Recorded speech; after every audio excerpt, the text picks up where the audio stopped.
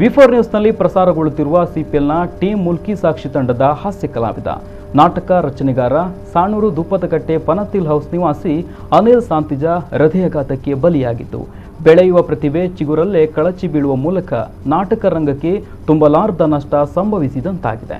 ತನ್ನ ಶಾಲಾ ದಿನಗಳಲ್ಲಿ ಛದ್ಮವೇಷ ಸ್ಪರ್ಧೆಗಳಲ್ಲಿ ಭಾಗವಹಿಸಿ ರಂಗದ ಗೀಳು ಹಚ್ಚಿಕೊಂಡ ಅನಿಲ್ ತನ್ನೂರ ಸಂಸ್ಥೆಯೊಂದರ ವಾರ್ಷಿಕೋತ್ಸವದಲ್ಲಿ ನಾಟಕ ರಂಗಕ್ಕೆ ಕಾಲಿರಿಸಿದ್ರು. ಆ ಬಳಿಕ ಅಭಿನಯದೊಂದಿಗೆ ನಾಟಕ ರಚನೆಯನ್ನ ಮಾಡುವ ಮೂಲಕ ಜನ ಮೆಚ್ಚುಗೆ ಪಡೆದಿದ್ರು.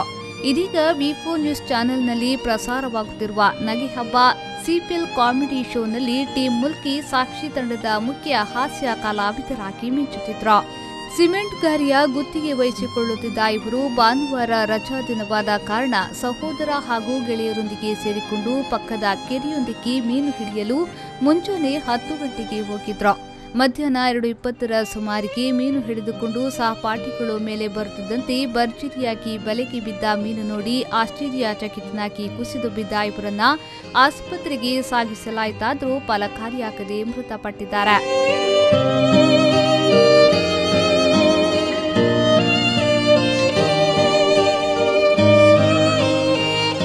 ಸುರೇಶ್ ಶರ್ಮಾಳ್ ವಿ4 ನ್ಯೂಸ್ 24/7 ಪಡುಬಿದ್ರೆ.